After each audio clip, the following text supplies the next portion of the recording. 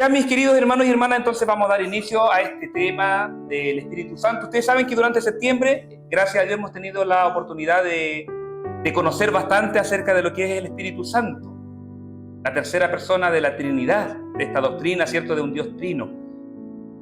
Y hoy día nos toca hablar cómo el Espíritu Santo ha venido obrando en la historia de la iglesia cristiana.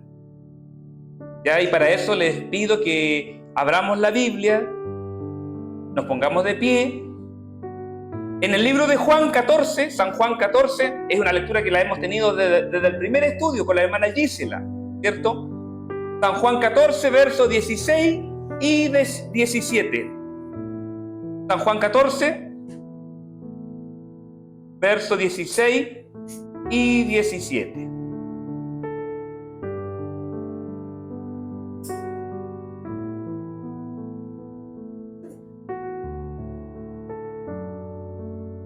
Creo que ya todos la tienen, está también acá adelante, así que le vamos a dar lectura en el nombre del Señor. Jesús nos dice, le dijo a sus discípulos y hoy día nos dice a nosotros: si me amáis, guardad mis mandamientos. Y yo rogaré al Padre y os dará otro consolador, para que esté con vosotros para siempre. ¿Y cuál es este consolador? El Espíritu de verdad, al cual el mundo no puede recibir, porque no le ve ni le conoce. Pero vosotros le conocéis, porque mora con vosotros y estará en vosotros. Amén. Pueden tomar asiento, es la palabra del Señor.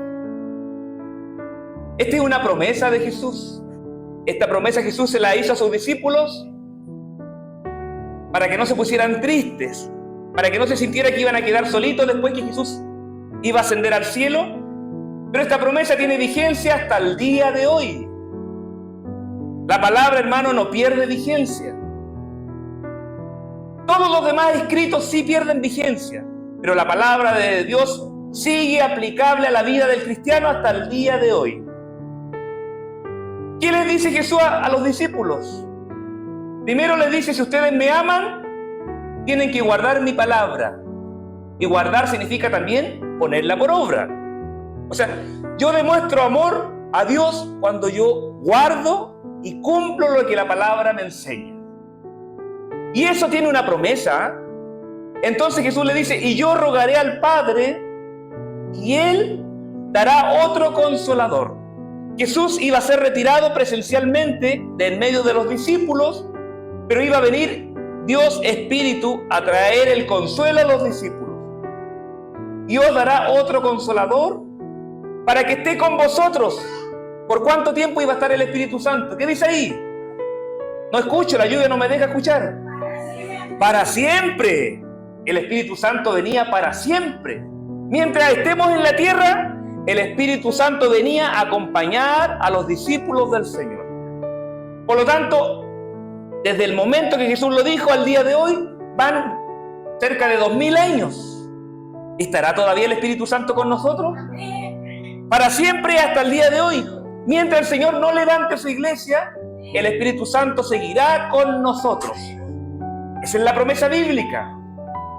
Yo rogaré al Padre y os dará otro consolador, para que esté con vosotros para siempre. ¿Y cuál es ese consolador? Dice ahí el verso 17. El Espíritu de verdad. ¿Qué quiere decir esto? Que andan muchos espíritus de engaño. Andan muchos y siempre van a andar muchos espíritus de mentira. Por eso que el Señor nos dice: para que esté con ustedes el Espíritu de verdad. O sea, qué importante el Espíritu Santo en nosotros, porque nos lleva siempre a la verdad. ¿A quién le gusta ser engañado? En ningún área a nosotros nos gusta ser engañados. Ni en el área familiar, ni en el área matrimonial, ni con los hijos. ¿Qué padre o qué madre se siente bien porque su hijo lo engaña? Ninguno. Ni en la iglesia. O sea, cuando el Espíritu está en nosotros, nunca vamos a engañar ni vamos a ser engañados, porque es el Espíritu de verdad, al cual el mundo no puede recibir. O sea, si yo estoy fuera de la comunión con Dios, yo no puedo recibir al Espíritu Santo, porque el mundo no lo ve ni le conoce. Pero ustedes, dice el Señor, ustedes le conocen. ¿Conocemos al Espíritu Santo? Amén. Lo estamos conociendo, poquito a poco estamos conociendo al Espíritu Santo. ¿Quién es? ¿Qué características tiene? ¿Cómo ha existido a través de la historia? ¿Qué hace? ¿Cómo se manifiesta? Y lo sentimos también. Él nos da caricia, el Espíritu Santo se manifiesta a través de los dones espirituales. Sí, tenemos un conocimiento del Espíritu Santo. Por eso que le podemos recibir, porque lo conocemos. Pero el mundo no le conoce ni lo ve, por lo tanto no lo recibe. Y el verso 18, mire lo que dice de San Juan. Jesús nos prometió que nunca nos iba a dejar huérfanos. El Espíritu Santo viene a reemplazar, ¿cierto?, a Jesús, que ascendió al cielo y hoy día está en el trono de su Padre. Y el Señor nos dice, yo no los dejaré huérfanos. Mientras yo esté con mi Padre, el Espíritu Santo estará con ustedes. Y cuando Él vuelva, ya nos vamos todos a la presencia del Señor. Padre, Hijo y Espíritu Santo, un único Dios, junto a todo su pueblo. Pero mientras el Señor está con su Padre intercediendo por nosotros, pidiéndole al Padre que nos dé una nueva oportunidad, pidiéndole al Padre que reconsidere algún juicio, nosotros no estamos huérfanos. Tenemos al Espíritu Santo que nos acompaña, queridos hermanos y hermanas. Queremos recordar algunas cositas. Primero, en lo que hemos visto de los estudios del Espíritu Santo, se ha dicho que Dios es un Dios trino. ¿Sí? ¿Qué significa que sea un Dios trino? Es un Dios en 3 personas. Repasémosla, los niños, los adolescentes. Dios Padre, ¿cómo se llama Dios Padre? Jehová. No se olvide, Dios Padre se llama Jehová. Dios Hijo, ¿cómo se llama? Jesús o Jesucristo, ¿cierto? Bien. Y Dios Espíritu, Espíritu Santo. Entonces esta doctrina es la que nosotros como iglesia la mantenemos firme en el fundamento de nuestra fe. ¿Qué más se ha dicho en los estudios bíblicos? ¿El Espíritu Santo solo apareció después del Pentecostés? Pregunta a la iglesia, ¿el Espíritu Santo solamente aparece después del Pentecostés? ¿O estaba desde antes? Siempre ha estado el Espíritu Santo, si es Dios. Hay un texto bíblico en Génesis donde Jehová Dios dice, hagamos al hombre. ¿Lo ha leído? Habla en plural. Porque ahí está Dios, el Dios trino, siempre el Espíritu. Génesis 1, verso 2, si no me equivoco, dice que el Espíritu se movía sobre las aguas, ¿cierto? Ahí estaba el Espíritu de Dios. Génesis 1, verso 2 o verso 3, por ahí está ese texto bíblico. El Espíritu Santo ha estado presente siempre, hermanos, desde el tiempo de la creación, siempre, porque es Dios mismo, pero en espíritu. Ha estado presente tanto en la Biblia, en el Antiguo Testamento, como en el Nuevo Testamento, el Espíritu de Jehová ha estado presente. Si alguien le dice que no, que solamente del Pentecostés, está en una falsa enseñanza. ¿Ya? Tercero, recordando lo que hemos estudiado del Espíritu Santo, Joel, 850 años antes de Cristo, ya estaba anunciando que en estos postreros tiempos iba a haber una venida del Espíritu Santo. El Espíritu Santo iba a ser derramado. ¿Qué dice Joel? A ver, busquemos en la Biblia, por favor. Ya. A buscar en su Biblia Joel 2, del 28 al 32. Estamos todos atentos, ¿cierto? Que nadie se nos duerma. Si usted ve por ahí alguno que está durmiendo o está desconcentrado, pégale un codacito en el amor del Señor para que despierte. No nos perdamos la palabra de Dios. Joel 2. Este profeta no es muy nombrado, se ha dicho, Joel no se lee mucho, pero qué gran profecía nos entregó.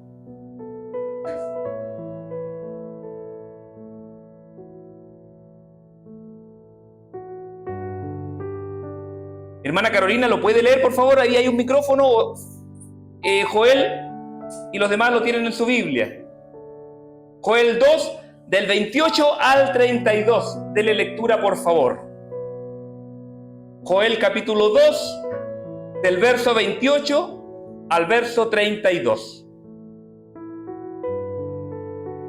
Dice así: derramamiento del Espíritu de Dios. Después de esto, derramaré mi Espíritu sobre toda carne. Profetizarán vuestros hijos y vuestras hijas. Vuestros ancianos soñarán sueños, vuestros jóvenes verán visiones. También sobre los siervos y sobre las siervas derramaré mi espíritu en ellas. Y daré prodigios en el cielo y en la tierra, sangre y fuego y columnas de humo. El sol se convertirá en tinieblas, la luna en sangre, antes que venga el día grande y espantoso de Jehová. Así es. Todo aquel que invocar el nombre de Jehová salvo, porque en el monte de Sion y en Jerusalén habrá salvación, como ha dicho Jehová, y entre el remanente el cual él habrá llamado. Amén, amén. ¿Escuchó con atención el texto? Hay una promesa, hubo una promesa siglos antes de que venía el Espíritu Santo, con un propósito en particular, traía salvación. Salvación, el Espíritu Santo, el principal propósito, hermano, es la salvación. Hay otros trabajos del Espíritu Santo, pero su rol principal es convencer de pecado al pecador, traer salvación. Y ya Joel lo estaba anunciando siglos antes del nacimiento de Jesús. Y habla de un remanente también, no sé si usted lo escuchó o lo lee ahí en su Biblia. Hay un remanente, el cual siempre va a ser guiado por el Espíritu Santo. ¿Y qué es un remanente? Es un grupo pequeño que va quedando. Muchos abandonan, pero ese remanente siempre permanece fiel. Y eso solamente es trabajo del Espíritu Santo. Y yo necesito que usted se concentre, porque en ese remanente vamos a poner la atención para analizar la historia de la iglesia cristiana, en el remanente que dice la Biblia. Avancemos. ¿Se cumplió la promesa de Joel? Vino el Espíritu Santo. Los estudios lo han dicho, los estudios que se han entregado. Primero el Espíritu Santo vino sobre los judíos, ¿verdad? Y en Hechos capítulo 2, la venida del Espíritu Santo, como en lenguas de fuego, dice la palabra, estaban todos unánimes, ¿cierto? Estaban reunidos unánimes en armonía, estaban juntos. Pero también la Biblia nos recuerda, y fue el estudio del día jueves, este último jueves, la Biblia nos enseña que el Espíritu Santo también vino sobre los gentiles. Los gentiles son los no judíos, en donde estamos nosotros, que no teníamos derecho a ser parte del pueblo de Dios, pero la misericordia de Dios ha sido tan grande que hoy pertenecemos a esta nación santa. Somos parte de la nación adquirida por Dios. El Espíritu Santo vino sobre todo persona, como decía Joel. Se cumplió la profecía y se derramó el Espíritu Santo para judíos y no judíos, para hebreos, israelitas, y para nosotros, cierto, que éramos una nación extranjera. Pero ¿con qué propósito el Señor envía el Espíritu Santo? Ahí está el capítulo 1, verso 8 de Hechos. Y aquí tenemos que estar muy atentos. El Espíritu Santo, este es el principal propósito con el cual Dios lo envía, con el cual Jesús promete la venida del Espíritu Santo. Jesús le dice a los discípulos en Hechos 1:8, ustedes recibirán poder, pero recibiréis poder. ¿Qué es el Espíritu Santo? Poder. Hermanos y hermanas, el Espíritu Santo es poder. Eso no lo olvidemos. Es el poder de Dios en acción. Es el poder de Dios en nosotros. Poder para todo lo que Dios nos permita hacer. Pero recibiréis poder cuando haya venido sobre vosotros un título. No. ¿Un cargo de la iglesia? No. Yo tengo el poder ahora, dice alguno. No. El poder viene cuando en su vida, en mi vida, está el Espíritu Santo. Pero recibiréis poder cuando haya venido sobre vosotros el Espíritu Santo. ¿Para qué? Para que me sean testigos, para que hablen, para que testifiquen de mí, de Jesucristo, de su evangelio. Le dice a los discípulos aquí mismo en Jerusalén, donde ellos estaban. Luego salgan un poquito más lejos, en Judea, en Samaria, y al final dice, y hasta Chile. ¿Está bien o no? Lo último de la tierra. Chile, somos uno de los últimos países, si lo vemos en el globo terráqueo. Y mire cómo se ha cumplido la palabra, la promesa del Señor. Y esto es obra exclusiva del Espíritu Santo, hermanos. Si hoy tenemos el Evangelio en Chiloé, en Coyhaique, en, ¿cómo se llaman estos? Puerto Cisnes, si tenemos el Evangelio en estas últimas zonas, es porque el Espíritu Santo cumplió el propósito. El Espíritu Santo fue derramado para que nosotros tengamos poder y ese poder lo usemos para evangelizar. Ese es el principal propósito del Espíritu Santo, la evangelización del pecador. La evangelización del pecador. Judea, Jerusalén, Judea, Samaria, hasta lo último de la tierra. Entonces ya tenemos claro hasta ahí. Eso lo hemos visto, lo vimos en los estudios bíblicos. Pero ahora vamos a entrar a una parte histórica de la iglesia y quiero que estén muy atentos, ¿ya? Adultos, niños, todos muy atentos, porque esto siempre nos va a ayudar cuando le hablemos a otras personas.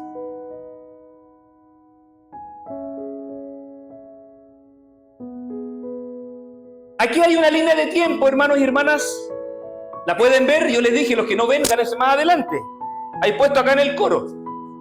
Si no ve, no es mi culpa. Línea de tiempo de la iglesia. Hermano Francisco, ¿cómo está la vista? ¿Qué año tenemos aquí? Muy bien, muy bien. Partimos del año 0. Sabemos que la historia antes estaba presente, ¿ya? Antes de Cristo tenemos toda la historia del pueblo de Israel. 2500, 2000, 1000 años antes de Cristo. Pero no vamos a hablar de eso. Vamos a hablar desde el nacimiento de Jesús hacia adelante, ¿ya? Hacia adelante. ¿Qué año tenemos el último año, hermana Irma, allá? Estamos bien con la vista. Entonces tenemos la historia, ¿cierto? Del año 0 al año 2024, ¿ya?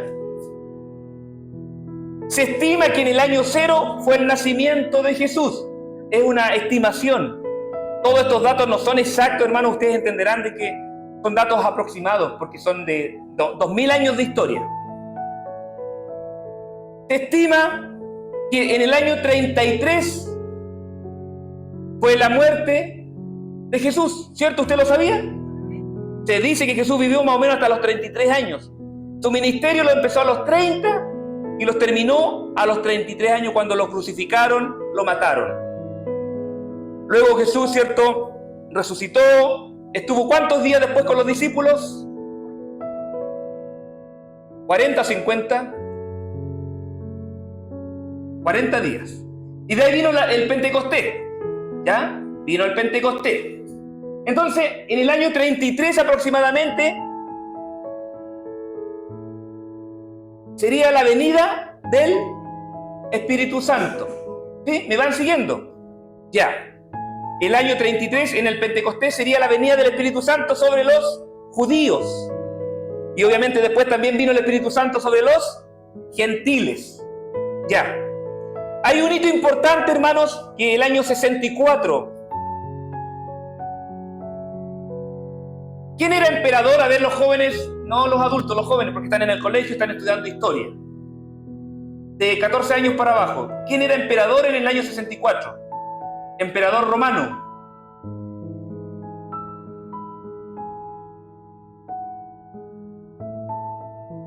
De 14 años para abajo. Ya. Nerón. Anótenlo por ahí. En el año 64 estaba como emperador romano Nerón. ¿Qué sabemos de Nerón? ¿Alguien tiene algún dato de Nerón? ¿Cualquiera de ustedes ahora? ¿Qué sabemos de Nerón? ¿Cómo era Nerón?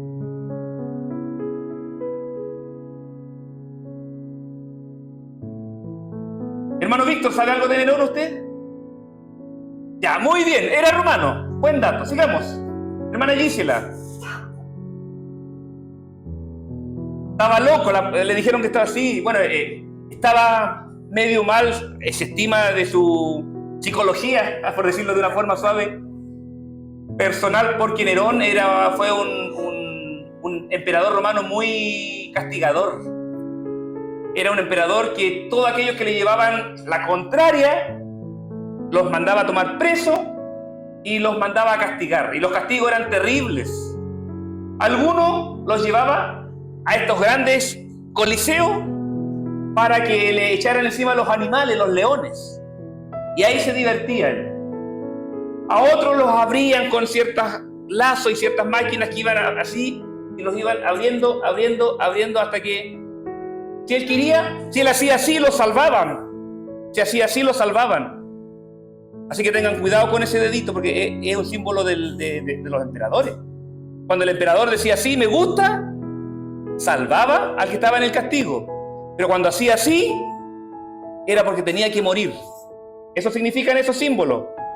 Ya, para que sepamos el origen del me gusta. Nerón fue muy malo, muy malo. Y le tenía mucho odio ¿a quiénes? A los cristianos. Nerón le tenía odio a los cristianos. Por lo tanto, ¿quién habitaba en el corazón de Nerón? Satanás. ¿Quién odia a los cristianos? ¿Quién odia la obra de Dios? Satanás. El corazón de Nerón estaba lleno de Satanás. Y él hizo algo que después inculpó a los cristianos.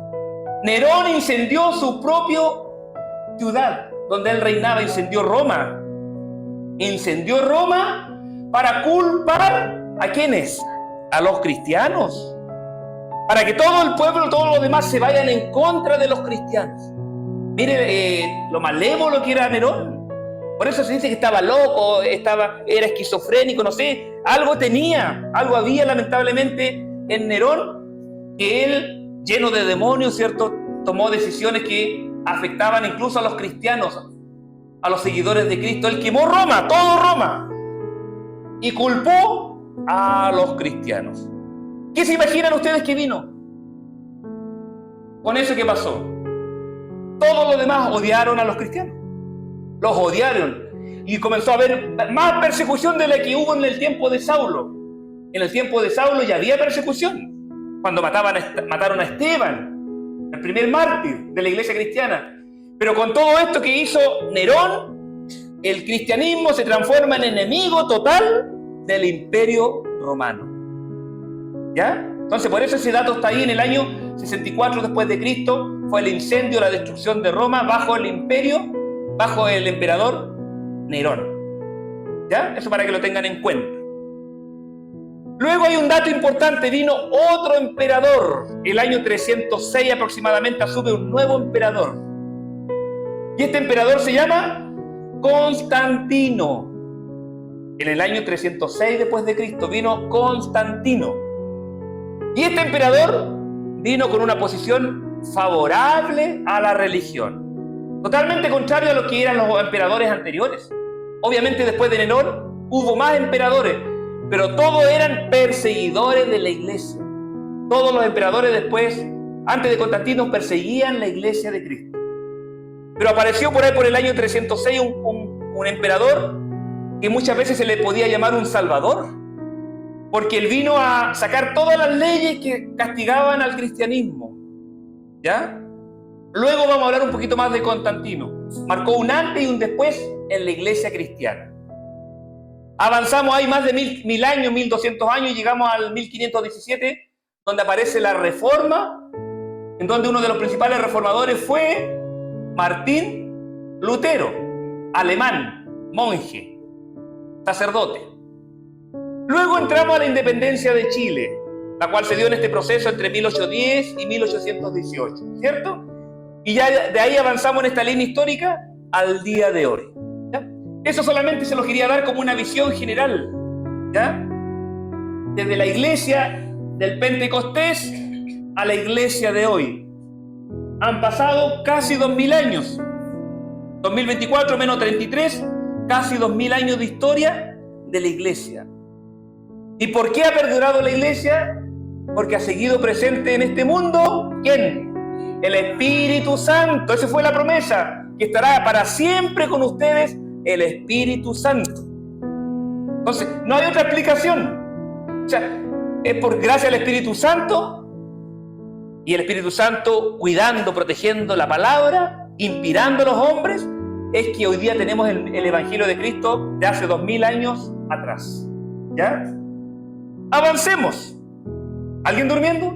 ¿Alguien cansado? ¿Alguien aburrido? No, sigamos. Aquí hay 6 periodos importantes que hay que conocer de la iglesia, de la historia de la iglesia. 6 periodos. Y vamos a partir desde el año 33. Que el año 33 dijimos que era el año en donde se debió haber dado el Pentecostés, la venida del Espíritu Santo sobre primero los judíos y después sobre los gentiles. La primera etapa de la iglesia se da aproximadamente entre el año 33 y el año 100, ¿ya? Casi 70 años de historia. Ahí se da la primera etapa de la iglesia. A esa iglesia se le da un nombre. Se conoce como la iglesia apostólica. Porque hasta ese año duraron las enseñanzas directas de los apóstoles, que eran enseñanzas orales, que las decían de manera verbal o por algunas cartas que ellos también enviaban a las iglesias. ¿Quién envió hartas cartas a las iglesias en ese tiempo? Pablo. ¿Cuántas cartas envió Pablo? 13 cartas. Las cartas paulinas también que se le llaman, ¿ya? Pedro envió cartas. También hay otras cartas universales. Pero la iglesia podía permanecer estudiando la palabra que era la Sagrada Escritura del Antiguo Testamento y con las cartas que enviaban los apóstoles, ¿ya? Por eso se llama la iglesia apostólica. Hasta el año 100 aproximadamente se le denomina iglesia apostólica. De hecho, aquí sabemos nosotros que fueron muriendo poco a poco los distintos apóstoles y también los mártires de la iglesia, que no fueron apóstoles a lo mejor, pero partieron con Esteban, que murió, ¿cierto?, por causa del evangelio. El último en morir, iglesia, ¿quién fue de los apóstoles? Juan. Fue el más joven. Juan era el más joven de los discípulos y fue el último en morir. Y murió lleno de vida. Murió en una parcela, echándose airecito, haciendo sus carnecitas. ¿Cómo murió Juan el apóstol? Apartado en una isla. Lo expulsaron, lo sacaron. ¿Cómo se llama ese concepto? Lo exterraron. Desterrado, ¿cierto? Y se fue a una isla. ¿Y qué hizo Juan en esa isla? Me imagino yo que se puso a orar, a llenarse del Espíritu. El Señor le revela el Apocalipsis. Otros libros más tiene Juan, pero el gran libro que fue revelado en Patmos, en la isla, el Apocalipsis. Imagínense, cuando nosotros estemos en problemas solo, no es para llorar, no es para sentirnos derrotados, no, es porque Dios quiere hacer algo con nosotros. Ya aquí tenemos una gran enseñanza apostólica. Pudo haber dicho Juan, pero ya no me vienen a ver los de la iglesia de Tesalónica, no me vienen a ver los de Filipo, nadie lo iba a ver. Pero el Señor estaba con él. El Espíritu Santo estaba con él trabajando, revelándole. Mira, Juan, escribe lo que ves. Vio las revelaciones de las 7 iglesias de Asia, vio la adoración en el reino de los cielos, vio todo lo que tiene que ver con el anticristo, vio la venida del reino, vio la nueva Jerusalén. Hermanos, los procesos son para vivirlos en el Señor. Aunque estemos solos, solas, el Espíritu Santo nunca nos abandona. Siempre va a estar con nosotros. El último de los que murió cerca del año 100 fue Juan. Se dice que por ahí por el año 92 después de Cristo. ¿Ya? Pero Juan fue el último apóstol que murió, desterrado. Hasta ahí se llama iglesia apostólica. Después tenemos el otro periodo del año 100 al año 313. El otro tramo, ya no estaban los apóstoles directos, ya no estaban los hombres que estuvieron con Jesús. Estaban otros seguidores de los apóstoles y seguidores de Cristo, obviamente. Pero aquí a la iglesia se le da otro nombre. Del año 100 al año 313 la iglesia se conoce como la iglesia perseguida. Comienzan los emperadores a hacer su trabajo. Ya sabemos la mala influencia de Nerón, ¿cierto? Nerón fue uno de los que generó un influjo negativo para que todos persiguieran a la iglesia cristiana. Entonces aquí son casi 200 años, un poquito más de 200 años, en donde la iglesia recibe el nombre de iglesia perseguida, donde se dan los más atroces castigos. Aquí la iglesia sufre todos los castigos que se describen ahí en el libro de Hebreos, si no me equivoco. Aquí la iglesia eran aserreados, eran apiedrados, eran castigados de las maneras más viles. En este tiempo, muchos de los cristianos eran usados para alumbrar los jardines de los emperadores. Hermanos, hermanas, le ponían combustible y los prendían a los cristianos y los dejaban como antorcha en los palacios de los emperadores. Y eso la historia lo dice, la historia lo describe. ¿Y para qué? Para que todo el que quiera ser cristiano se atemorice. Nadie quiere ser cristiano, porque ese era el fin de los cristianos. O terminaban con los leones, ¿cierto? Terminaban comidos por los leones, o terminaban ardiendo, o terminaban siendo aserreados. Así era el fin de los cristianos. Por eso que se habla de la iglesia perseguida. Más de 2 siglos de extremo sufrimiento de la iglesia de Cristo. ¿Sufriremos hoy día nosotros como ellos? Yo creo que no le llegamos a lo mejor ni al tobillo al sufrimiento. Por lo tanto, debiéramos estar agradecidos, hermanos. Y en la época que estamos es por gracia solamente que nosotros podemos seguir adelante. Los problemas nuestros son así, al lado de los problemas de la iglesia apostólica, la iglesia perseguida, no son nada comparado con ellos. Esto nos lleva a entender muchas cosas también, y cada uno podemos ir sacando nuestras lecciones de este estudio bíblico. La iglesia perseguida. Luego vino el año 313, al año 476, surge otro periodo, ¿ya? Y a este periodo se le llama la iglesia imperial. Imperial, no lo asocie al polvito de hornear. La iglesia imperial tiene que ver con una iglesia que comienza a ser dominada por el Imperio Romano. Por eso se llama iglesia imperial, porque recibe la influencia del Imperio Romano. O sea, ¿qué quiere decir esto? Que aquí surgió un emperador. ¿Quién era el emperador que apareció por estos años 306? Que lo dijimos delante. Constantino. Y Constantino, según él, quería que la iglesia esté tranquila y dejara de sufrir. Que pare de sufrir la iglesia. ¿Le hará bien a la iglesia dejar de sufrir o le hará mal? Es una pregunta que nosotros nos podemos hacer. Porque yo puedo decirle, Señor, yo no quiero seguir sufriendo. Pero a veces Dios sabe que en el sufrimiento, en mi debilidad, Él crece dentro de mí. Y siempre ha sido así, hermano. Siempre que el hombre y la mujer están en sufrimiento, el Señor crece en nosotros. Pero cuando yo dejo de padecer, el hombre carnal crece dentro de mí. Por eso que si usted y yo estamos sufriendo pruebas, dificultades, enfermedades, gocémonos en el Señor. Porque cuando yo soy débil, decía Pablo, entonces soy fuerte. ¿Cierto? La iglesia imperial. Aquí el emperador importante, para que usted lo tenga anotado, es Constantino, que asume el poder en el año 306 aproximadamente. ¿Ya? Constantino, él quería, y él de hecho emitió una ley. En el año 313, Constantino sacó una ley, un edicto, que se llama Edicto de Tolerancia. Edicto de tolerancia. No se me desconcentren, hermano. Constantino en el año 313 saca una ley y le llama Edicto de Tolerancia. Es similar a la ley de culto que sacó la presidenta Bachelet. Más o menos para que hagamos la homología, ¿ya? ¿Qué significaba la ley de tolerancia del año 313 en Milán? De Milán. Esta ley permitía, el edicto de tolerancia permitía que todos pudieran practicar su creencia sin que se les persiguiera.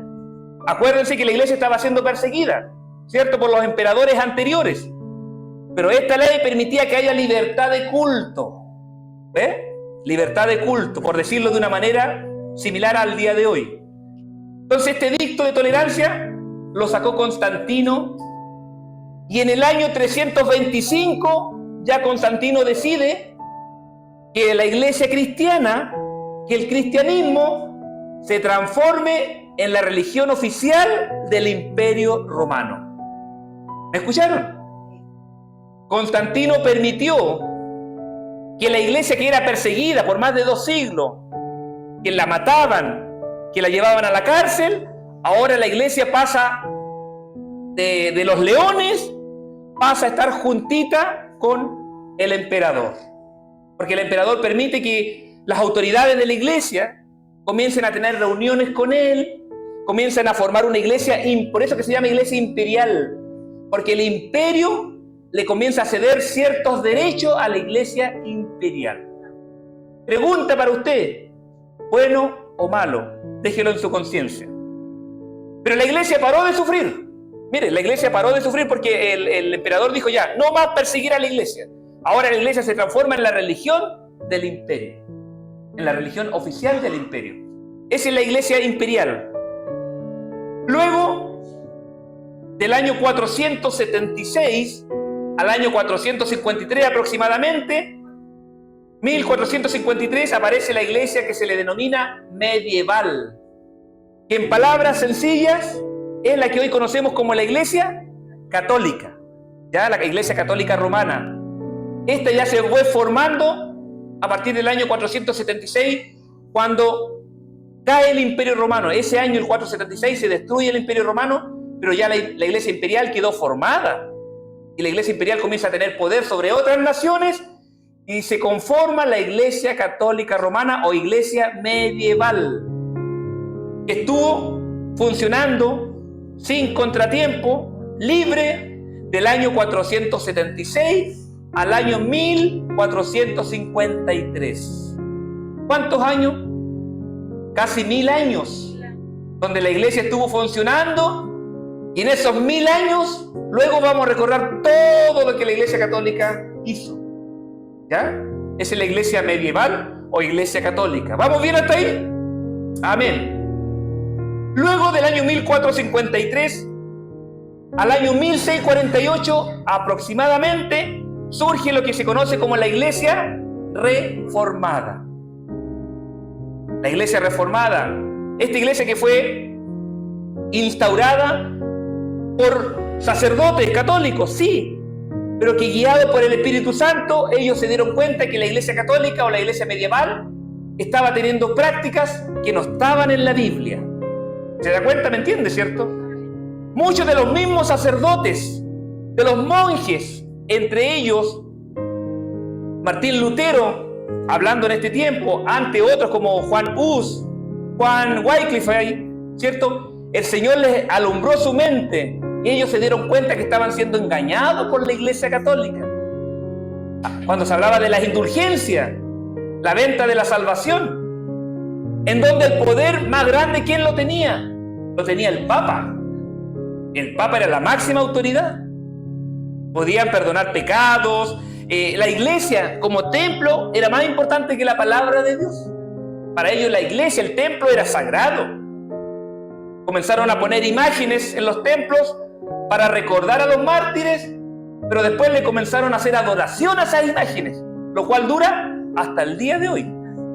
Entonces, la iglesia católica o medieval comenzó a torcer totalmente las enseñanzas de Cristo, las enseñanzas apostólicas, pero el Espíritu Santo tocó a algunos hombres que levantaron una iglesia paralela que se conoce como una iglesia reformada, para volver a la forma antigua de la iglesia apostólica. Y luego, de 1648 al 1901 aproximadamente, surge lo que conocemos como la iglesia moderna, ¿ya? La iglesia moderna. Y de esas ramas de la iglesia moderna estamos nosotros hoy en día. Ya son ramas que derivaron de la iglesia moderna, ¿ya? Eso es más o menos para que tengamos una visión, hermanos. Son 6 periodos en la historia de la iglesia en estos casi 2000 años de historia. La iglesia apostólica, 1. 2, la iglesia perseguida. 3, la iglesia imperial. 4, la iglesia medieval. 5, la iglesia reformada. Y 6, la iglesia moderna. ¿Ya? Seguimos adelante. Pregunta. La iglesia fue cambiando, ustedes se dieron cuenta, comenzaron a cambiar las doctrinas, las enseñanzas. ¿Y qué pasó con... ¿Habrían cristianos genuinos, verdaderos en estos tiempos? ¿Qué pasó con los cristianos genuinos en los tiempos de la iglesia imperial, en los tiempos de la iglesia medieval, donde se cambiaron las enseñanzas, las doctrinas, se comenzó a engañar a la gente? ¿Cree usted que habrían cristianos verdaderos en ese tiempo? ¿Habrían cristianos guiados por el Espíritu Santo? Vayamos a la Biblia. Romanos 11, versos 4 y 5. ¿Qué nos enseña la Biblia? Algo ya nos decía Joel. Pero vayamos a Romanos, al Nuevo Testamento. Romanos 11, 4 y 5. Dice así en el nombre del Señor. Pero, ¿qué le dice la divina respuesta? Aquí habla de Elías en el Antiguo Testamento y la respuesta que le ha dado Dios. La respuesta que Dios le dio a Elías. Elías estaba preocupado porque ya no quedaba casi ningún hijo de Dios. Y Elías estaba muy preocupado. Y aquí Dios le responde a Elías. Jehová Dios le dice a Elías: me he reservado 7,000 hombres que no han doblado la rodilla delante de Baal. O sea, en el Antiguo Testamento, usted sabe que había muchos dioses. Era mucha la idolatría. Pero igual siempre hubo en el tiempo antiguo un remanente fiel que no dobló sus rodillas ante los Baales. Y si eso pasó en el Antiguo Testamento, ¿cree usted que pasaría también en el tiempo que estamos analizando? Verso 5. Así también, dice Pablo, aún en este tiempo, se refiere al tiempo apostólico, y la Biblia sigue vigente hasta el día de hoy. Así aún en este tiempo ha quedado un remanente escogido por gracia. ¿Qué nos enseña la palabra? Que siempre, volvamos a la línea histórica, hermanos y hermanas, en estos casi 2000 años de historia de la iglesia, siempre hubo cristianos llenos del Espíritu Santo. Siempre. Primero los que dieron su vida en la iglesia apostólica, los primeros mártires. Después, en el tiempo de la iglesia perseguida, siempre hubo cristianos llenos del Espíritu Santo. Porque la promesa fue que el Espíritu Santo estaría siempre con nosotros. Luego salió la iglesia imperial. Comienza la autoridad a cambiar las reglas de la iglesia. Comienza la iglesia a tomar poder político. Eso quiere decir la iglesia imperial. La iglesia imperial comienza a mezclarse con el Estado, y el Estado, el emperador, le da puestos políticos a los obispos, a los pastores de la iglesia. Entonces la iglesia se comienza a mezclar, en este caso, con la política. Pero a pesar de eso, igual en el tiempo de la iglesia imperial, hubo cristianos llenos del Espíritu Santo. A lo mejor la historia no está escrita, a lo mejor nadie lo escribió. Hoy día no hay escritos que hablen de ellos. Pero yo tengo la certeza, hermano, yo tengo la seguridad que muchos hombres y mujeres vivían escondidos predicando el verdadero evangelio apostólico. En catacumbas, en túneles, escondidos, pero el Espíritu Santo siguió obrando, no de manera visible, de manera invisible. ¿Cree usted eso? Yo lo creo, hermanos, que en la iglesia imperial, cuando la iglesia se comienza a mezclar, un remanente fiel se mantuvo ferviente en el Espíritu. Y ellos fueron guiados por el Señor para seguir predicando el verdadero evangelio de Jesucristo. ¿Habrían hombres llenos del Espíritu Santo en el tiempo de la iglesia católica? Pregunta, ¿habrían hombres y mujeres llenas del Espíritu Santo en el tiempo de la iglesia medieval o católica? La Biblia lo dice, lo reafirma. A lo mejor no aparecen en la historia, pero estaban escondidos. Pero ahí estaba el Espíritu Santo haciendo obra, porque el Espíritu Santo tenía que llegar hasta el fin del mundo. La iglesia tenía que llegar hasta los últimos tiempos predicando el evangelio. Si se cortaba la transmisión, no se cumplía la gran comisión. O sea, si no hubiesen habido personas llenas del Espíritu Santo, verdaderos cristianos, hermanos, hoy día usted y yo no seríamos pueblo santo. Gracias al Espíritu Santo que tocó corazones de hombres y mujeres que estuvieron escondidos, pero llevando a cabo el culto, estudiando la palabra, hoy nosotros disfrutamos de la presencia del Señor en nuestras vidas. En toda la historia hay personajes que no están con nombre ni apellido. Son desconocidos. Nadie los conoce. No son como Martín Lutero, no son como Juan Calvino, que los conocemos. Son personas sin nombre, pero que fueron llenas del Espíritu Santo y que gracias a ellos, al trabajo que ellos hicieron, hoy día el Evangelio está con nosotros. ¿Está clarito eso, cierto? Esa es la obra del Espíritu Santo, la obra del Espíritu Santo. Mire, yo les quiero dar algunos datos solamente de algunos personajes para tenerlos en cuenta. Tenemos la Iglesia Imperial del año 313 al año 476. ¿Quién fue el emperador ahí? Constantino. ¿Cierto? Constantino fue el emperador del año 306. El año 313 parte el Edicto de Tolerancia. Y el Edicto de Tolerancia puso fin ¿a qué? A las persecuciones. Estamos haciendo un repaso. Ya estamos haciendo un repaso. Constantino dijo: no quiero que sufran mal los religiosos, vamos a darle tolerancia y vamos a permitir que haya libertad de culto. Y salieron muchas religiones, pero Constantino dijo: yo quiero que a partir de ahora la religión oficial del Imperio Romano sea el cristianismo. ¿Sí?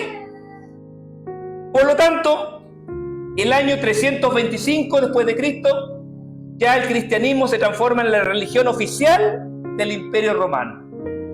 O sea, los políticos, el emperador, las autoridades se pasaban la mano, conversaban, se reunían, comían, estaban juntos porque se generó una relación íntima entre la Iglesia y el Imperio Romano. ¿Ya?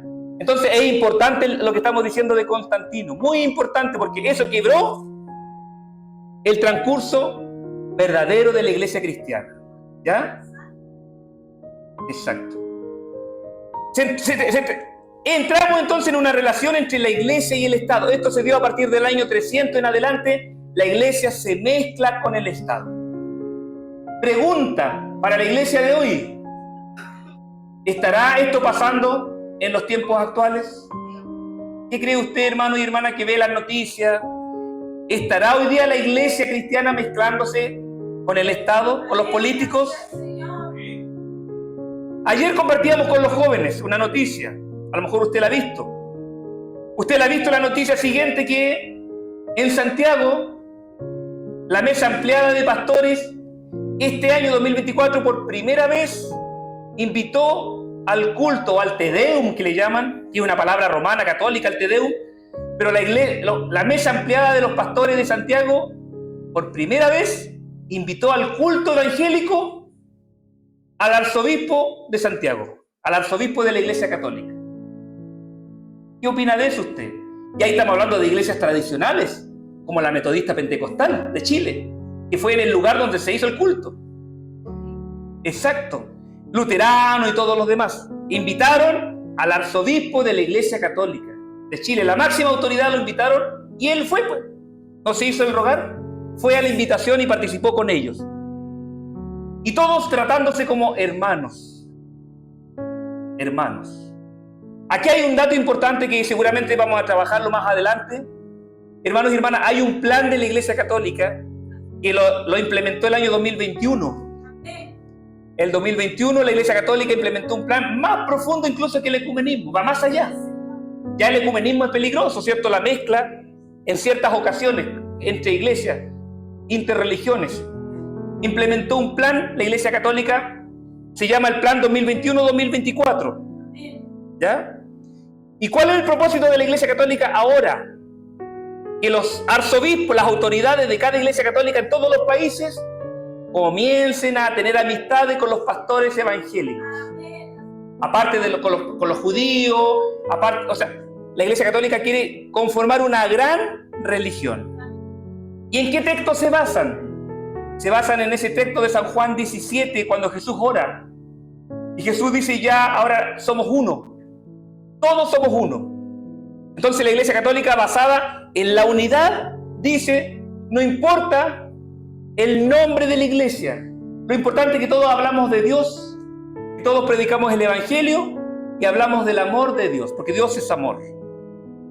Esa es la premisa de la Iglesia Católica, el fundamento, y con ese fundamento están conquistando hoy en día a tremendas congregaciones de importancia mundial, que son congregaciones evangélicas, y están cayendo lamentablemente en las redes de la Iglesia Católica.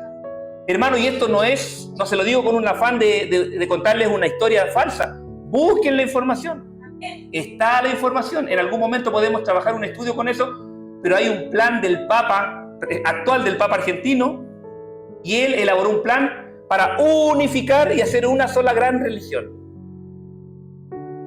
la sinodalidad, el plan sinodalidad 2021-2024. Y como ya nos damos cuenta, ya están convenciendo a los consejos pastorales, lamentablemente, de la iglesia evangélica. Así que, ¿qué significa eso? Dos cositas. Uno, sigámonos preparando para no caer en el engaño. Sigamos orando, oremos por nuestros hermanos, oremos por la iglesia universal, evangélica, oremos por las otras congregaciones. Y segundo, cada día más cerca está la venida del Señor. Porque eso es profecía bíblica. Profecía bíblica. Se tiene que unificar la religión para que se levante luego el líder de la única religión, el anticristo. Eso significa que el Señor cada día está más cerca para levantar su iglesia, hermanos. No nos soltemos de la mano de Dios, no transemos la doctrina, no caigamos en el engaño. Diga lo que me diga el ecumenismo, la otra creencia. No, yo tengo mi creencia, yo creo en el Señor y creo en el Espíritu Santo, y de aquí no me mueve nadie. Pero eso está pasando, queridos hermanos. Y la Iglesia Católica Romana tiene un tremendo plan de convencimiento, porque le ofrece cargos, le ofrece lugares a los pastores. Y tristemente hoy en día a veces la gente cae por el acceso al poder. Dios nos ayude como iglesia, hermano, para no mezclar. A nosotros ya nos habían invitado este año. Nos llegó una invitación a los pastores para que vayamos a la iglesia metodista, al Te Deum. Y nosotros nunca hemos estado en eso. Ustedes saben que nunca hemos participado en ningún consejo pastoral. Y le dijimos, le agradecimos la invitación, pero no estuvimos. Gracias a Dios no estuvimos, porque los que más habían dentro de la iglesia eran políticos, ¿cierto? Aprovechando la temporada de elecciones, los políticos están ahí presentes, saludando, sacándose fotos con los pastores, invitando a la congregación a que votemos por derecha o por izquierda. Nosotros como iglesia tenemos libertad de conciencia, cada uno vota en su libertad de conciencia. Pero hermanos y hermanas, tengamos mucho cuidado, porque es lo que Satanás está haciendo. Están cumpliéndose las profecías bíblicas y el Señor viene pronto. Esto ya había pasado, imagínense. Lo mismo de hoy pasó por ahí por el año 300 en el siglo IV. La unión de la iglesia con el Estado. Y la iglesia comienza a imitar el modelo de gobierno del Imperio Romano. Y ya la iglesia no quiere seguir teniendo pastores, ¿cierto? Como estableció Pablo. Obispo no quiso tener la iglesia, sino que quiso tener un papa. Un gran padre. De eso se deriva papa, del gran padre. ¿Ya? Y la iglesia romana comienza a exigir su derecho de ella ser la cabeza de toda la iglesia en Europa y después en el mundo. Y de ahí ya comienza a formarse la Iglesia Católica Romana del día de hoy. El año 476 es donde, como dato importante, cae finalmente el Imperio Romano, que partió años antes del nacimiento de Jesús.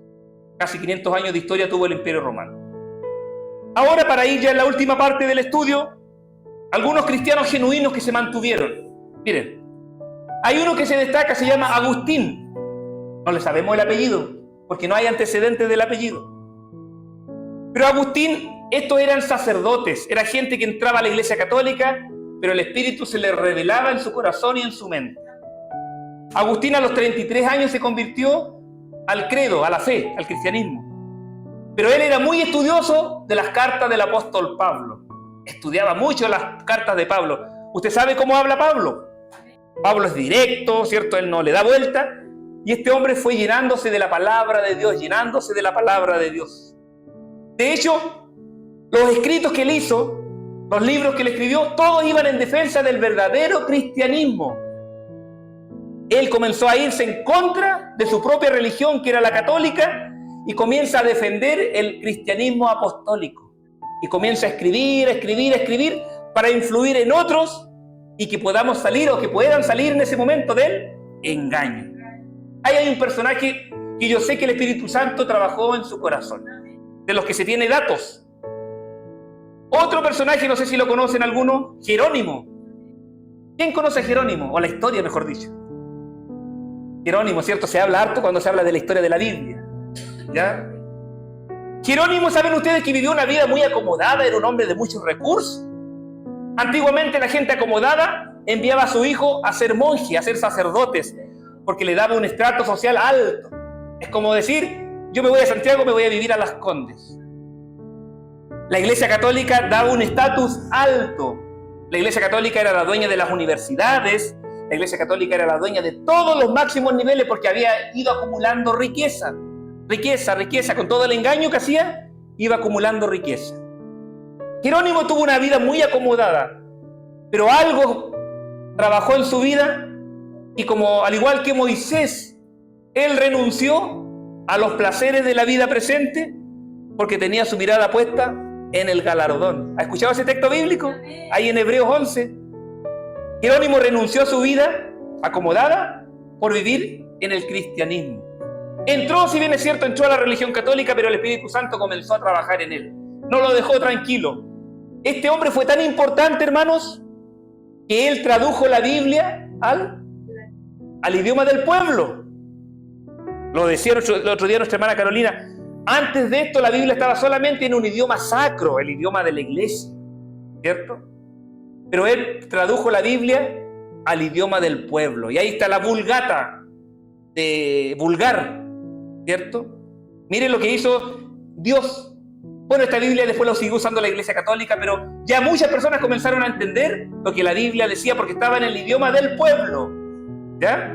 Un gran aporte de Jerónimo. Y de seguro inspirado por el Espíritu Santo. ¿Se dan cuenta cómo el Espíritu Santo iba tomando vidas de aquellos que estaban dispuestos? Otro, Juan Crisóstomo. Bueno, a él se le apodaba Crisóstomo, ¿ya? Ese era su apodo, Juan Crisóstomo. Este hombre se transformó en un gran predicador de su época. Usted sabe que la Iglesia Católica no es de prédicas muy efusivas, ¿cierto? En la Iglesia Católica hay un silencio absoluto. No, usted no va a ir a decir aleluya o gloria a Dios. Aunque ahora, actualmente hay otras iglesias que son un poquito más, ¿cierto? De la línea un poco más espiritual, por decirlo así, ¿ya? Pero en ese tiempo la Iglesia Católica tenía un respeto extremo, ¿cierto? Pero se levantó Juan Crisóstomo como un predicador de la época. Un predicador de la época. En él había un gran celo de Dios. Y él comienza, obviamente, a denunciar los abusos de la iglesia, los abusos de los papas, del clero. La Iglesia Católica, usted conoce la historia. Por muchos años hicieron cosas ocultas y hasta el día de hoy se han ido descubriendo. Matanza de niños, abusos, robos. La misma Iglesia Católica fue la que vino a robar todo lo que son el oro, la riqueza de América. ¿Se da cuenta? Entonces este hombre, y seguro guiado por el Espíritu Santo, el Señor lo usa para que comience a denunciar la práctica de la iglesia medieval, la práctica de la Iglesia Católica, los placeres de los sacerdotes. Un día en el templo haciendo ceremonia con su ropa y su cuello clerical, y al día siguiente a lo mejor viviendo una vida de mundo. Eran los abusos que ocurrían en la época. Juan Crisóstomo tuvo la valentía. ¿Y quién da la valentía? El Espíritu Santo, el denuedo, para denunciar las malas prácticas no bíblicas que la iglesia medieval tuvo. Miren, la iglesia medieval y la iglesia imperial, como decíamos. Ya aquí se instala en estos años la Iglesia Católica en plenitud. Comienza a gobernar, ¿cierto?, Europa del Norte, Occidente, y finalmente llega a todo el mundo. La Iglesia Católica que se aprovechó de los descubridores de América para traer también el catolicismo. Usted sabe que con Cristóbal Colón no venía solito Cristóbal Colón. Por algo venían 3 barquitos. ¿Cuáles son los barquitos de Cristóbal Colón? A ver, los estudiantes. Mire, las hermanas antiguas se acuerdan. Buena. La Niña, la Pinta y la Santa María. ¿Y para qué 3 embarcaciones si venía solamente Cristóbal Colón con un par de presos que le dieron de allá de Europa? Porque venían sacerdotes católicos. Venían a evangelizar América, pero en el fondo venían a ver qué había de bueno para llevar a Roma. Y ustedes saben que acá sacaron todo, mataron indígenas, mataron a los pueblos originarios para robar, quitar y todo de vuelta a Roma. A los reyes católicos. Así fue el funcionamiento de la iglesia. Mataron a cualquier indígena que se le ponía por el frente.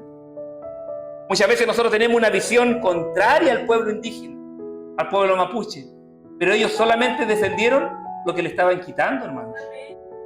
A lo mejor hoy en día ha cambiado un poco, ¿cierto? Los reclamos son distintos, pero el pueblo indígena solamente puso resistencia al robo que se le vino a hacer. Y en donde solapadamente estaba la Iglesia Católica. Por algo la fortuna que tienen ellos nadie la sabe, pero hay todo un banco de la Iglesia Católica. Hay toda una ciudad de la Iglesia Católica, el Vaticano. Exacto, el Vaticano es un estado como país. Y nadie sabe cuánto es el balance de la Iglesia Católica en bienes. Han sido miles de años de robos. Pero se instala la Iglesia Católica, ¿ya? Con sus dogmas y sus tradiciones cambiaron, ¿cierto? ¿Qué decían ellos, por ejemplo? Que la salvación se podía comprar. Vendían las indulgencias. En el tiempo de Lutero él lo denunció. La Iglesia Católica tenía necesidades económicas, parece. Querían terminar el templo de Roma, el templo de San Francisco. Entonces el Papa autorizó que se vendan indulgencias. ¿Y qué era la indulgencia? Vender salvación. Tenía un precio la venta de la salvación. Y obviamente los más adinerados podían comprar la salvación. O sea, nosotros, nada, tendríamos que haberla comprado en unas 48 cuotas. Pero la iglesia vendía la salvación, hermanos. Vendían la salvación y la gente iba y compraba. Incluso la salvación se vendía para los familiares muertos. Si a usted se le murió un familiar que no se bautizó en la Iglesia Católica, venga, venga, venga.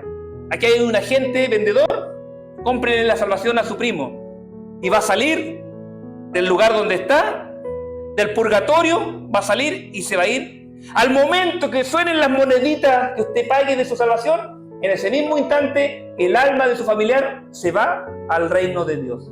Eso decía la enseñanza. Lea los libros de historia. Si yo se los digo porque eso es lo que dice la historia.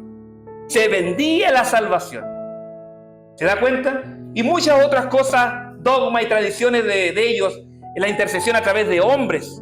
Ellos establecieron de que era a través del sacerdote que se pedía perdón de pecado ante Dios. Y usted y yo no le confesamos nuestros pecados a nadie. Nos encerramos en nuestra pieza, nos humillamos al Señor y tenemos una conversación directa con Dios. Eso dice la Biblia, eso le enseñó Jesús. Enciérrate en tu cuarto, ora, y el Señor que te oyó en privado te va a responder en público. Pero la iglesia comenzó a establecer intermediarios, sacerdotes, y todo eso tenía al final un cobro monetario, cobro de bautismo, cobro de presentaciones, cobro de todo tenía un cobro.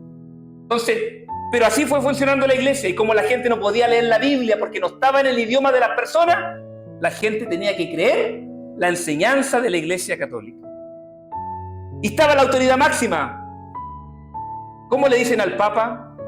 Tiene un nombre técnico, pero es Dios en la tierra. Para la Iglesia Católica el Papa es Dios en la tierra. ¿Ya? El vicario de Cristo, correcto. El vicario de Cristo significa el que está casi a la misma altura de Cristo. Por algo el Papa se viste de blanco. Y los cardenales se visten de otro color, no pueden estar vestidos de blanco, porque el Papa es el vicario de Cristo. Y la autoridad del Papa comenzó a crecer hasta el día de hoy. ¿Ya? Y todo el clero romano y la autoridad de la iglesia.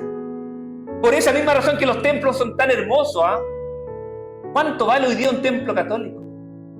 Miles de millones de pesos, porque son tremendas inversiones. En Europa hubo un templo que se quemó. ¿Cómo se llama ese templo que se quemó? Ayúdenme. En Francia, que era de pura madera original. Y todo el mundo comenzó a devolver la madera original porque había que reconstruir el templo. Se quemó hace como 4 años atrás. Y en todas partes, tremendos templos. Usted ha pasado a sacarse fotos a los templos, ¿no? Pasa. Cuando va a Chiloé, no sé quién se ha sacado un templo afuera de los templos católicos de Chiloé. El templo de Santiago, ¿lo han visto, de la Catedral de Santiago? ¿Alguien ha pasado? Unos metales, o sea, es una cosa pero hermosa. Está en pleno centro de Santiago. Entonces, ¿por qué? Por el poder de la iglesia. La iglesia incluso, ustedes saben, cuando la iglesia iba a colonizar a pueblos, a la gente de campo le quitaban parte de sus terrenos para instalar capillas católicas. Y por eso que en los campos había muchas capillas católicas. No era que la gente lo entregaba, sino que se les exigía por ley un espacio para una capilla católica. Así funcionó la iglesia por todos estos años. Pero aquí tenemos algunos cristianos genuinos. Mire, surgió un grupo que se le llamó los puritanos. ¿Ha escuchado hablar de los puritanos? Los puritanos eran un grupo de protestantes que salieron de la línea reformada, pero que eran extremos, que eran más dados al Espíritu Santo, no solamente a la letra, no solamente al estudio. Los valdenses, que también están en la época, ya no vamos a entrar en detalle. Salió Juan Wycliffe, Juan Hus, hombres que el Señor también usó y aportaron para que se generaran cambios en estas doctrinas, en estas falsas enseñanzas. Jerónimo, Savonarola y otros personajes, hermanos, que salieron también, que yo sé que estaban guiados por el Espíritu Santo. Pero aparte de ellos, yo también sé que hay personas incógnitas que el Señor también usó. No están sus nombres acá, usted nunca los va a conocer, pero el Señor los tiene, ¿cierto?, en su libro de obras, en el libro de la vida. Aquí tenemos la iglesia reformada entre el año 1453 y 1648, donde se destaca uno de los grandes personajes que fue Martín Lutero, un hombre que también el Espíritu Santo lo usó para generar grandes cambios en las enseñanzas de la Iglesia Católica. Lutero elaboró un documento, que ese también se ve en historia, las 95 tesis o comentarios u observaciones que Lutero escribió, en donde decía todo lo malo que estaba haciendo su iglesia. Ahí puso y los clavó en una catedral en Alemania, los puso en la puerta de la Iglesia Católica. Todas estas son las cosas malas que está haciendo la Iglesia Católica y que debemos cambiar. Finalmente Lutero fue excomulgado, fue expulsado. Otro personaje, Juan Calvino, también de la época posterior a Lutero. Juan Calvino, un gran personaje, que también hizo grandes aportes. Si bien es cierto, hay alguna doctrina de Calvino que hoy día se están mal usando, como el salvo siempre salvo, pero Juan Calvino hizo grandes aportes, hermanos y hermanas, principalmente a la liturgia. Usted debe saber, querido hermano, que Juan Calvino estableció en su época lo que tenemos acá. ¿Dónde lo tenemos? El programa de culto, ¿dónde está? ¿Estaba aquí? Ya. Bueno, tenemos nosotros un programa de culto. Juan Calvino trabajó mucho en establecer una liturgia dentro del templo. O sea, lo que hoy tenemos nosotros, alguna influencia tiene de lo que hizo Juan Calvino. ¿Cómo hacer un culto? Un culto debe tener oración, un culto debe tener mensaje o sermón que le llamaban, un culto debe tener ofrenda, cántico de alabanza. Los principios de la liturgia o del programa de culto tienen que ver en parte de Juan Calvino. ¿Qué les parece? ¿Lo sabían eso? Yo no lo sabía tampoco, pero es importante conocer. O sea, esto no se le ocurrió a un pastor ahora, no, esto viene de antes, ¿ya? Hay himnos que creó Juan Calvino también. Vamos a tener que descubrir por ahí por el coro qué himnos hizo Juan Calvino, ¿ya? Pero esos son los aportes que hicieron estos hombres, y yo estoy muy seguro que fueron inspirados siempre por el Espíritu Santo. Porque sin el Espíritu, ¿qué podemos hacer? Nada. Están los puritanos protestantes, también siguen los puritanos, ¿cierto?, que eran protestantes radicales. Ellos siempre buscaban no solamente estudiar la palabra, sino que buscar al Espíritu Santo, a buscar el Espíritu Santo. Y aparece este hombre tan reconocido en la historia también. ¿Lo conocen a Juan Wesley? ¿Han escuchado hablar de Juan Wesley? ¿O la iglesia wesleyana? ¿Ya? Juan Wesley también fue un hombre que aportó mucho a lo que hoy es la iglesia evangélica protestante, ¿ya? Tenía un hermano, Juan y Carlos Wesley, y ellos se pusieron a predicar la palabra de otra manera, no como lo hacía la iglesia antigua, no como la iglesia, ¿cierto?, católica, que era más pasiva, sino que ellos comenzaron a ser, en cierto modo, más espirituales en su prédica, ¿ya? Y de hecho formaron un cuerpo de predicadores, miren. En ese tiempo fue la primera vez que se usó el concepto de cuerpo. Cuerpo de jóvenes, cuerpo de diáconos. ¿Por qué le decimos? Porque ellos partieron usando estos conceptos. El cuerpo de Dorcas. No, la hermana dice, la clase de Dorcas. Cuerpo o clase son las de nuestras hermanas Dorcas. En otras iglesias le llaman el cuerpo femenino. Pero son las hermanas que trabajan, ¿cierto?, apoyando la obra de Dios. Entonces, este concepto de cuerpo ellos lo usaron para formar un equipo de predicadores, en donde en los predicadores no solamente habían pastores, porque en los tiempos de la Reforma y obviamente la Iglesia Católica, los únicos exclusivos para predicar era el sacerdote o los pastores con un título certificado de que tenía el conocimiento teológico, ¿ya? Esa es la formación de la Iglesia Reformada. Pero Juan Wesley dijo, no, pues, si también pueden ayudarnos en la prédica los hermanos y hermanas de la Iglesia. Ya, ellos le llamaban laicos, ¿ya? ¿Y usted cree que el hermano de la Iglesia, la hermana, puede predicar también en un púlpito? ¿Se puede predicar, pues? ¿Por qué no? Si está en santidad, si está apartado del pecado, si se ha dedicado a estudiar la palabra, si está lleno del Espíritu Santo, puede predicar la palabra, ¿cierto? Y aquí Juan Wesley comienza a dar la oportunidad a los hermanos de su iglesia. Y comienza a formar un equipo de predicadores, pero lo fue formando, le fue enseñando también, ¿ya? No solamente eran los que tenían el título teológico en este caso.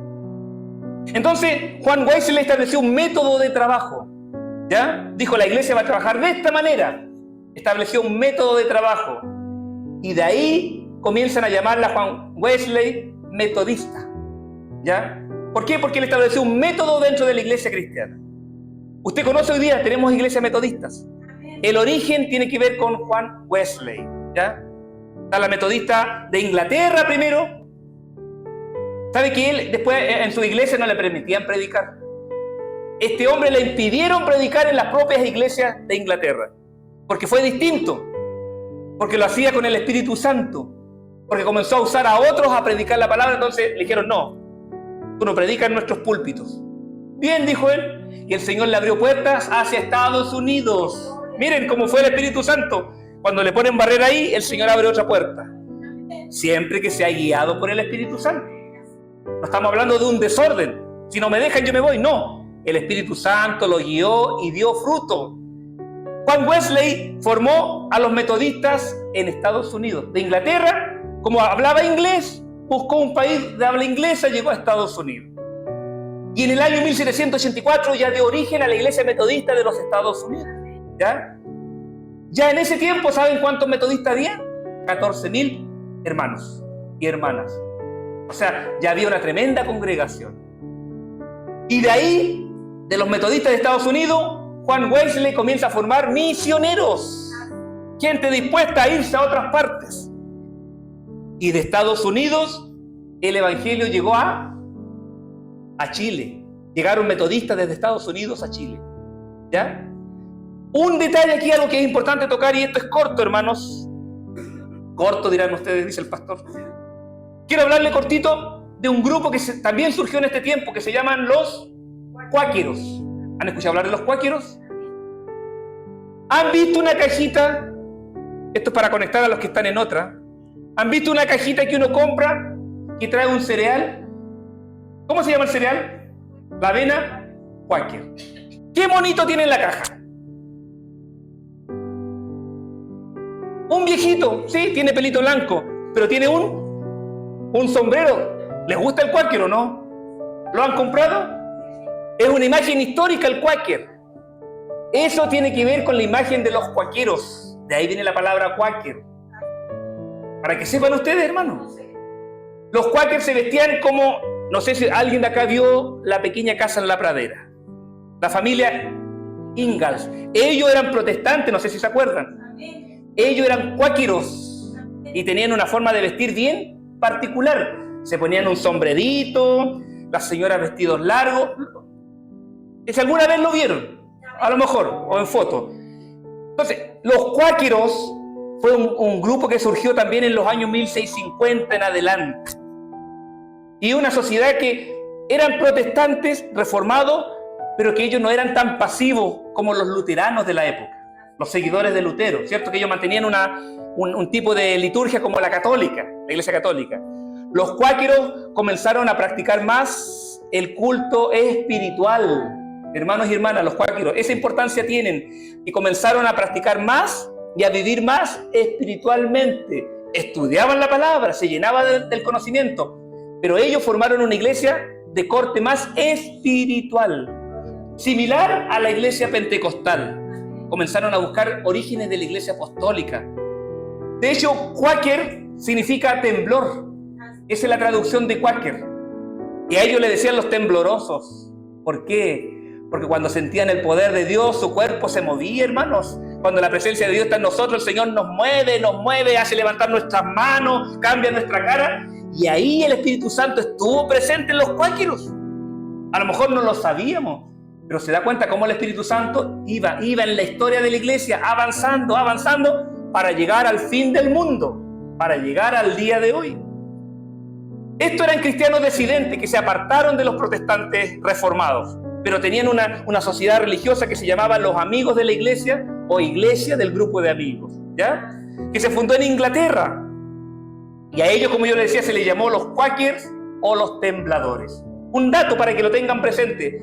Pueden buscar más información, pero es parte del trabajo del Espíritu Santo. ¿Ven? Que el Espíritu Santo no se quedó oculto. La Iglesia Católica no le ganó nunca al Espíritu Santo. ¿Quién le podrá ganar a Dios? Ningún imperio, ningún papa, nadie le puede ganar a Dios. Dios hace lo que quiere, como quiere y con quien quiere, hermanos, si es soberano. Para entrar ya y terminar, finalmente el Evangelio llegó a nuestro país. Y aquí surge el movimiento pentecostal en Chile, en donde uno de los principales pastores, y lo dijimos en alguna predicación pasada, fue el pastor Willis Huber, ¿ya? Él era metodista. Él venía de la iglesia metodista, de esa iglesia que se formó en Estados Unidos. Se vino de misionero y lo enviaron a Chile. Pero yo sé que el Espíritu Santo venía ahí haciendo la obra. El Espíritu Santo sabía que tenía que convertirse un Claudio, una Nancy, un Víctor, una Viviana, un Alfonso. Y el Espíritu Santo vino y comenzó a hacer el trabajo. Y este hombre, este pastor, Willis Huber, siendo un pastor reformado, se vino a Chile. Y Huber no estaba contento con los cultos nuevamente. No le gustaba la pasividad, tan ceremonioso. Y él comenzó a orar, a ayunar. Eso no lo hacían los reformadores. Porque había muchas cosas del Espíritu Santo que cesaron. Ellos no hacían muchas cosas. Pero Huber comienza a orar, a pedirle al Señor el Espíritu Santo. El Espíritu Santo comenzó a estudiar la Biblia con su iglesia. Constantemente estudiaban la Biblia. ¿Y saben qué libro estudiaban? El libro de Hechos de los Apóstoles. Importante el Hechos de los Apóstoles, hermano. Ahí está el fundamento de la iglesia de hoy. Si queremos imitar el modelo bíblico, Hechos de los Apóstoles. Hechos de los Apóstoles. ¿Ya? Entonces, este pastor comenzó a tener experiencia en su iglesia. En su iglesia comenzaron a haber milagros, hermano. Y eso no ocurría en la iglesia reformada. Comenzaron a haber milagros, a haber sanidades, comenzaron a haber manifestaciones espirituales. Hablar en lengua, hubo profecía, siempre el pastor a la palabra, pero hubo manifestaciones de los dones espirituales gracias al trabajo del Espíritu Santo y a este hombre que el Señor usó, a este pastor, ¿ya? Y él comienza a predicar un evangelio con el Espíritu, un evangelio lleno del Espíritu Santo. Hay milagro, hay profecía y hay conversiones, la gente se comienza a convertir a través del Espíritu Santo. Finalmente se produce lo que nosotros conocemos como el Gran Avivamiento del año 1909. Aquí vino el golpe a Chile. Este fue un golpe que el Señor movió a nuestro país. Se dio el 12 de septiembre de 1909 y el Evangelio salió de las iglesias grandes e históricas y el Evangelio se fue a las poblaciones, se fue a los campos, se fue al mundo rural, se fue al mundo campesino el Evangelio. Y aquí donde usted ve la historia chilena y sabe cómo se fundaron iglesias por distintas partes. En campamento, una iglesia evangélica. En un campo, una iglesia evangélica y un pastor. Y como pastor, si no tenía los estudios teológicos, pero el Espíritu Santo sabía lo que estaba haciendo. Entonces, hermanos y hermanas, gracias a este gran avivamiento se forman las clásicas y tradicionales iglesias chilenas, ¿cierto? Como las pentecostales, las iglesias del Señor. Estas iglesias que son del pueblo, estas iglesias que son de la población, estas iglesias que son del campo, la iglesia campesina se formó a partir del avivamiento de 1909. Hasta ahí va a llegar la historia. Usted lo demás lo conoce. Usted sabe que por ahí, por el año 1921, comienza a formarse nuestra corporación, ¿cierto? Esa historia está por ahí. Pero aquí queremos llegar con todo esto, hermanos y hermanas. ¿Quién hizo el trabajo para que el Evangelio esté hoy con nosotros? El Espíritu Santo recorrió toda la historia de la iglesia. Parecía que el Evangelio se iba abajo, parecía que ganaba el catolicismo, parecía que la Biblia se perdía. Pero el Espíritu Santo tocaba corazones, tocaba hombres y mujeres valientes, aunque se iban contra la ley, pero seguían practicando y predicando el evangelio genuino, el evangelio de verdad. ¿Qué nos resta a nosotros, querida iglesia? Seguir siendo llenos del Espíritu Santo. Iglesia amada, busquemos la llenura del Espíritu. Busquemos la llenura del Espíritu. Sigamos estudiando la Biblia, sigamos estudiando el libro de Hechos. Sigamos visitando, sigamos yendo al hogar, una casa donde nos llamen, vayamos y llevemos la palabra. Pero hay que hacer el trabajo. Ya grandes hombres y mujeres lo hicieron en la historia. Ahora la responsabilidad está sobre nuestros hombros. El Espíritu Santo, el conocimiento de la palabra, requisitos fundamentales para que esta obra siga adelante hasta cuando el Señor retire el Espíritu Santo. Pero cuando Él retire el Espíritu Santo, la iglesia también se va a estar levantando a la presencia del Señor. Así que, hermano, que Dios les bendiga. Espero que este estudio, a lo mejor un poquito más extenso, pueda llenar nuestras vidas y entender que dependemos 100% de la llenura del Espíritu Santo. Grandes bendiciones para toda la iglesia. Jóvenes, niños, no se olviden de la historia, que siempre en la historia está Dios presente en nosotros. Y su Espíritu Santo lo envió como nuestro consolador, nuestro ayudador y el que reparte los dones como Él quiere. Nosotros solamente estamos para servir dentro de la obra del Señor. Que Dios le bendiga grandemente. Damos por terminado este estudio y quiero que podamos darle toda la honra y la gloria a quien se la merece.